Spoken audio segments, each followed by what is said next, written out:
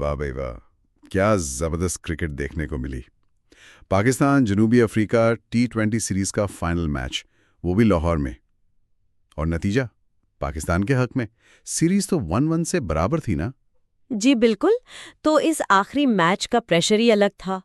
Gaddafi stadium में माहौल भी देखने वाला था। जाहिर गए, जब फैसला आखिरी मैच पे हो तो खेल की शिद्दत बढ़ जाती है। हाँ, और दिलचस्पी भी। शायकीन तो थे ही पुरजोश। तो आज हम इसी सनसनीखेज मैच पर और सीरीज के नतीजे पर जरा तफसील से बात करेंगे। और ये भी देखेंगे कि अच्छा आगे क्या है, मतलब आने वाली वनडे सीरीज का क्या हिसाब किताब है। ठीक। जो मालूमात हमारे पास हैं वो इसी सीरीज के आदादोशुमार, नताइज और जो आगे का शेड्यूल है इसी पर मबनी है। मकसद ये है कि जो लोग इस सीरीज को फॉलो कर रहे थे उन्हें एक पूरी तस्वीर मिल जाए, T20 में क्या हुआ और वनडे में क्या उम्मीद रखनी चाहिए। सही कहा आपने। ये एक तरह से T20 सीरीज का कह लें पोस्टमार्टम हो जाएगा और ODI सीरीज का प्रीव्यू। बिल्कुल। तो शुरू करें फिर इस फैसला कुन T20 मैच से। जी, वहीं से शुरू करते हैं। तो ये तीसरा T20 हफ्ता 1 नवंबर 2025, कज़ाफी स्टेडियम, लाहौर। टॉस बहुत अहम होता है ऐसे मैच में। किसने जीता और क्या फैसला किया? टॉस जीता पाकिस्तान के कप्तान ने और उन्होंने पहले फील्डिंग चुनी। अच्छा, फील्डिंग। जी। लाहौर में शाम के वक्त वो ऑस का फैक्टर होता है ना, और फिर अपनी बैटिंग पर एतमाद भी। तो ये एक आप कह लें मंतिकी फैसला ही लगता था। अक्सर टीमें यहाँ हदफ का ताक़ुब पसंद करती हैं। ठीक। तो जनूबी अफ्रीका को पहले बैटिंग करनी पड़ी। कितना बना पाए वो? क्या बोर्ड पर एक बड़ा टोटल लगा सके? जनूबी अफ्रीका ने बनाए 139 रन्स 9 विकेटों पर पूरे 20 ओवर्स में। 149? जी, 149। T20 के हिसाब से तो ये मतलब एक एवरेज सा स्कोर ही कहा जाएगा, खास तौर पर कज़ाफी स्टेडियम की पिच पर, जो आम तौर पर बैटिंग के लिए अच्छी होती है। 149, ये तो दिफा करने के लिए थोड़ा मुश्किल हदफ लगता है। क्या वजह रही? पाकिस्तानी बॉलर्स बहुत छा गए या जनूबी अफ्रीका की बैटिंग में ही कुछ मतलब कमी रह गई? एंड्रिक्स ने 34 रन्स बनाए, डोनोवन फेरेरा ने 19 बनाए। आखिर में वो कॉर्बिन बुश, उन्होंने 18 गेंदों पर 30 नॉट आउट बनाकर स्कोर को थोड़ा बेहतर जरूर किया। अच्छा, नॉट आउट। जी, लेकिन मजमूई तौर पर कोई बड़ी पार्टनरशिप नहीं बन सकी और पाकिस्तानी बॉलर्स ने खासकर वो दरमियानी ओवर्स में रन्स को कंट्रोल में रखा और विकेटें भी लेते रहे। जनूबी अफ्रीकी बल्लेबाजों को बाउंड्रीज लगाने में काफी मुश्किल हुई। ये दरमियानी ओवर्स वाली बात दिलचस्प है। कौन से पाकिस्तानी बॉलर्स थे जिन्होंने खास तौर पर अच्छा किया?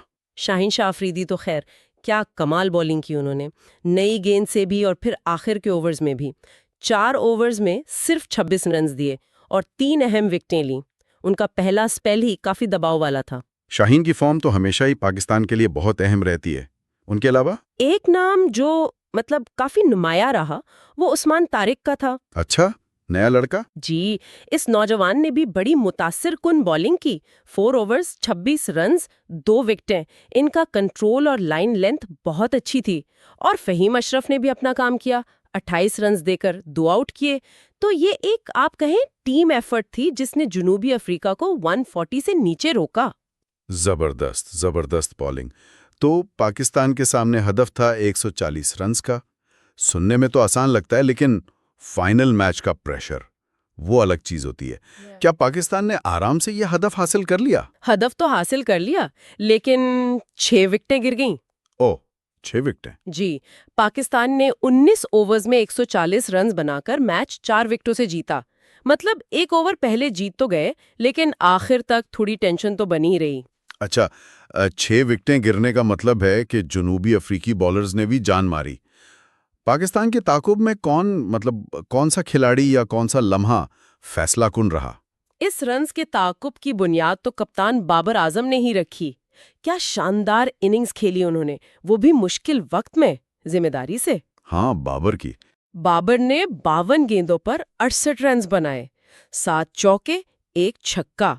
ये इनिंग्स ना सिर्फ पाकिस्तान को जीत के करीब लाई, बल्कि बाबर की फॉर्म में वापसी का भी इशारा है। उन्होंने एक एंड संभाले रखा जब दूसरी तरफ से विकेटें गिर रही थी। बाबर की ये इनिंग्स तो वाकई मैच विनिंग थी। इनका साथ किसने दिया? कोई और अहम पार्टनरशिप? बाबर का अच्छा साथ दिया सलमान आगा ने। जब बाबर खेल रहे थे, सलमान ने दूसरे एंड से 29 रन्स की बड़ी अहम इनिंग्स खेली। अच्छा। उन दोनों के बीच जो पार्टनरशिप लगी ना, उसने मैच को पाकिस्तान की गिरफ्त में कर दिया। हाँ, आखिर में कुछ विकेटें गिरी, लेकिन इन दोनों की वजह से इतना मार्जिन मिल गया था कि पाकिस्तान हदफ तक पहुंच गया। ये तो बड़ी अहम शराकत थी। जुनूबी अफ्रीका की तरफ से किस बॉलर ने ज्यादा तंग किया? वो कोबिन बोश, जिन्होंने बैटिंग अच्छी की थी, उन्होंने बॉलिंग भी अच्छी की। 4 ओवर्स में 30 रन देकर 2 विकेट्स ली। उनकी ऑलराउंड कारकर्दगी तो काबिले तारीफ थी। लिजार्ड विलियम्स ने 1 विकेट ली, लेकिन मजमूई तौर पर वो स्कोर को बचा नहीं सके। शायद अगर 15-20 रन और होते उनके पास तो। हाँ, T20 में 15-20 रन तो बहुत होते हैं। तो खुलासा ये हुआ कि पाकिस्तान ने मैच 4 विकेटों से जीता और साथ ही 3 मैचों की T20 सीरीज भी 2-1 से अपने नाम कर ली। लाहौर वालों के लिए तो जबरदस्त खुशी का मौका था। बिल्कुल, होम ग्राउंड पर सीरीज जीतना, वो भी फाइनल मैच में, टीम का मोराल बहुत बढ़ाता है।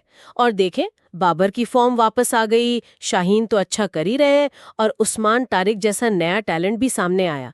ये सब पाकिस्तान के लिए अच्छे इशारे हैं। तो ये T20 सीरीज तो हो गई खत्म, पाकिस्तान फातेह ठहरा। लेकिन क्रिकेट तो रुकती नहीं। अब दोनों टीमें अगले चैलेंज यानी वनडे सीरीज की तरफ देखेंगी। ये फॉर्मेट बिल्कुल अलग है ना? जी हाँ, T20 से ODI में आना हमेशा दिलचस्प होता है। खेल की रफ्तार बदल जाती है, हिकमत अमली बदल जाती है, खिलाड़ियों के रोल बदल जाते हैं। T20 में तो हर गेंद पर कुछ ना कुछ होता है। वनडे में आपको इनिंग्स बनानी पड़ती है, पार्टनरशिप लगानी पड़ती है, मैच की रफ्तार को समझना पड़ता है, टीमों को अपनी सोच बदलनी पड़ती है। तो ये जो आने वाली वनडे सीरीज है, इसकी क्या तफसीलात हैं? कहाँ होंगे मैच, कब होंगे? ये 3 मैचों की ODI सीरीज है और इसकी खास बात यह है कि सारे मैच एक ही शहर में हैं, फैसलाबाद के इकबाल स्टेडियम में। तीनों मैच फैसलाबाद में? ये थोड़ा गैर मामूली नहीं? आमतौर पर तो सीरीज मुख्तलिफ शहरों में होती है। हो सकता है लॉजिस्टिक्स की वजह से हो, टीमों को आने जाने में आसानी रहे, या फिर ब्रॉडकास्टिंग के इंतजामात ऐसे हों। लेकिन फैसलाबाद के शायकीन के लिए तो ये बड़ी अच्छी खबर है कि पूरी सीरीज उन्हें अपने शहर में देखने को मिलेगी। सही। शेड्यूल क्या है इन मैचेस का? पहला ODI मंगल 4 नवंबर 2025 को है, इकबाल स्टेडियम फैसलाबाद में। मैच पाकिस्तानी वक्त के मुताबिक दोपहर 3 बजे शुरू होगा। ये डे नाइट मैच है। ठीक है, यानी फ्लड लाइट्स में खेला जाएगा। और बाकी दो? दूसरा ODI जुमेरात 6 नवंबर को और तीसरा और आखिरी ODI हफ्ता 8 नवंबर को।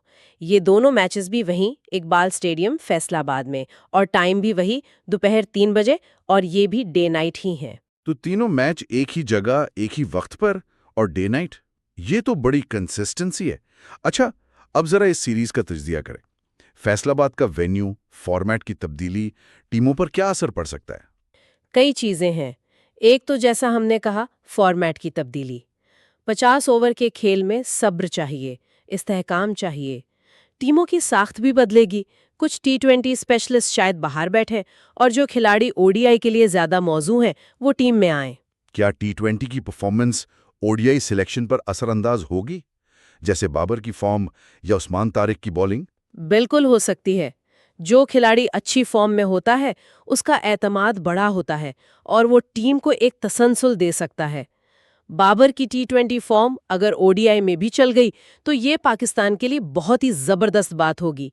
इसी तरह उस्मान तारिक ने जिस तरह प्रेशर में परफॉर्म किया, सिलेक्टर जरूर सोचेंगे कि उन्हें ODI में भी आजमाया जाए, खास तौर पर वो दरमियानी ओवर्स में विकेट लेने वाले बॉलर के तौर पर। और फैसलाबाद का इकबाल स्टेडियम, वहां की पिच कैसी होती है? इकबाल स्टेडियम की पिच तो तारीख यही बताती है कि बैटिंग के लिए काफी अच्छी होती है। अच्छा, हाई स्कोरिंग? जी, अक्सर बड़े स्कोर बनते हैं वहाँ।